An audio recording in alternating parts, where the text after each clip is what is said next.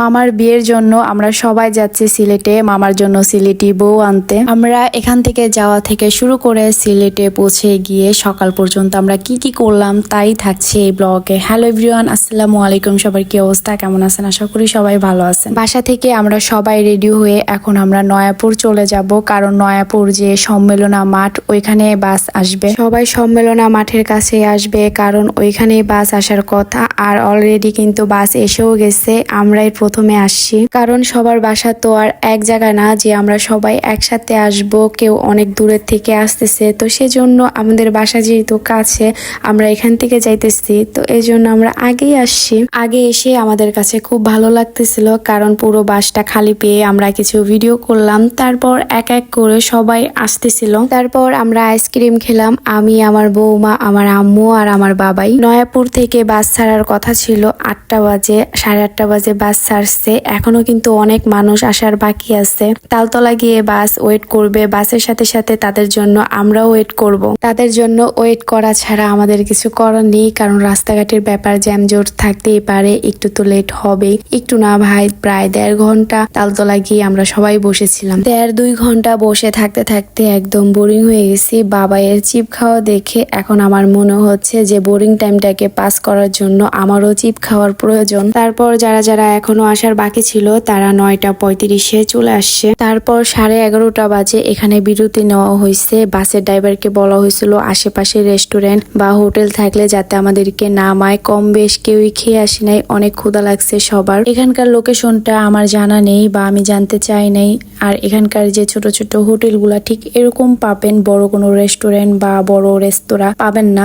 আর সিলেটের খাবার যে এত বাজে, এত জঘন্য কি বলবো। আমরা যাওয়ার সময় যে এই হোটেলে খাবার খাইছি মোটামুটি ছিল কোনো রকম আর কি। ভাতের সাথে আমি প্রথমে ভেন্ডি ভাজি নিচ্ছি, ভেন্ডি ভাজিটা একটুও মজা ছিল না কি বলবো। তারপর মুরগির মাংস নিচ্ছি, মুরগির মাংসটা মোটামুটি ছিল আর কি, কোনো রকম খেয়ে উঠছি। তারপর আমার বাবাইকে আমার আম্মু খাওয়াচ্ছে। এখান থেকে খাওয়া দাওয়া শেষ করে এখন আমরা বাই দিচ্ছি। আবারও আমাদের জার্নি শুরু। তবে আমাদের মনে হচ্ছে আমরা ট্যুরে আসছি, আসলে আমরা বিয়ে খাইতে যাইতেছি সিলেটে এত দূরে। ভালোই লাগতেছে, কারণ এখানে কোনো আউট মানুষ নাই, সবই হচ্ছে আমাদের আত্মীয়। আত্মীয় বলতে আমার আম্মুর গোষ্ঠী, আমার আম্মুর মামা মামি, খালা খালু, ফুপা ফুপু, তারপরে তাদের ছেলে মেয়ে মানে ভাই বোন। তো যাই হোক, এরাই পুরো একটা বাস। তারপর একটা মাইক্রো যাচ্ছে, সেই মাইক্রোতে হচ্ছে জামাই মানে আমার মামা, আর মামাটা হচ্ছে আমার আম্মুর খালাতো ভাই। একটু আগে আমার বাবাইকে দেখাইছি আমার বাবাই কিভাবে শুয়ে শুয়ে যাচ্ছে। তো যাই হোক, এটা হচ্ছে আমার মামা। আমার আম্মুর কেমন যেন ভাই লাগে। মামা আমারই সামনের সিটে বসছে, তাও মামার সিটটা ভালো ছিল না। যতই ঠিক করুক না কেন, ঠিক এরকমই হয়ে যায়। তাই আমি ভিডিও করতেছিলাম যে মামা ও সিটের মধ্যে শুয়ে শুয়ে কত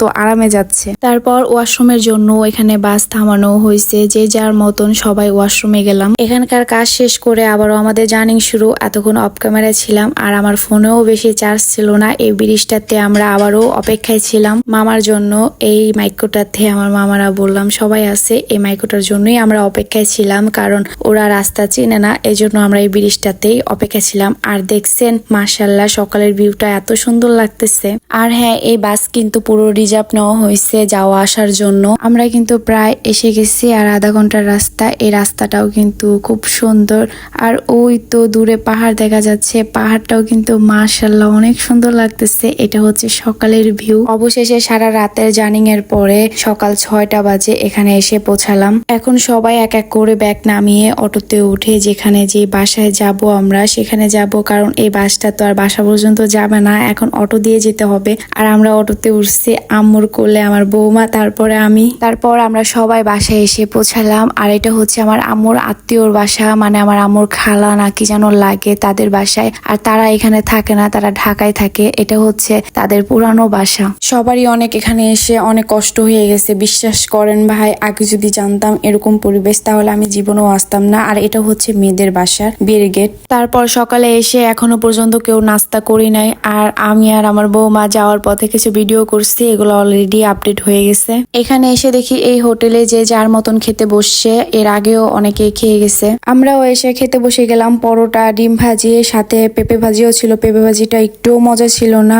পরোটাটাও লবণ কটা ছিল। আমরা পাশের দোকান থেকে চাও এনে খাইছি। সকালের নাস্তাটা কোনো রকম সবার জন্য হয়েছে। তারপর মিরাজ মামা এখানে ডিম ভাজতেছে, কারণ এই হোটেলে বাবুর্চি একটাই আর আমরা অনেক মানুষ, এই জন্য একা পেরে উঠতে পারতেছে না, তার জন্য মামাও হেল্প করতেছে। তারপর খাওয়া দাওয়া শেষ করে বাসায় ফেরার পথে দেখি এই দোকান থেকে আইসক্রিম বের করতেছে। তারা নাকি এই আইসক্রিম গুলা বানায় তারপর বিক্রি করে এরকম সাইকেলে করে নিয়ে। এই আইসক্রিম গুলা আমার চোখে আগে পড়ছে। আমি যে আইসক্রিম নিছি সবাই একটা একটা করে আইসক্রিম নিছে। এই আইসক্রিম বানাতে শুধু স্যাগারিন আর পানি আর হচ্ছে কালারফুল রং এটা দিয়ে বানায়, তারই প্রাইস হচ্ছে 5 টাকা করে। তারপর আইসক্রিম খেতে খেতে বউয়ের বাসায় আসলাম, মানে মামার হবু বউয়ের বাসায় আসলাম। এখানে এসে দেখি কিউটি ছোট ছোট বিড়াল, আর এই বিড়ালটা কিন্তু মামার সাথে একদম ম্যাচ খাইছে, তাই না? আর আজকের ব্লগটা কে কোথা থেকে দেখছো সেটা অবশ্যই আমাকে জানাবা। এই ব্লগটা সিলেটে আসা থেকে শুরু করে এখানে এসে সকাল পর্যন্ত কি কি করছি, তাই যতটুকু পারছি অতটুকু ভিডিও ক্লিক দিছি, কারণ ফোনে চার্জ ছিল না। আর এখানে এসে দেখি কারেন্ট থাকে না ঠিক মতো,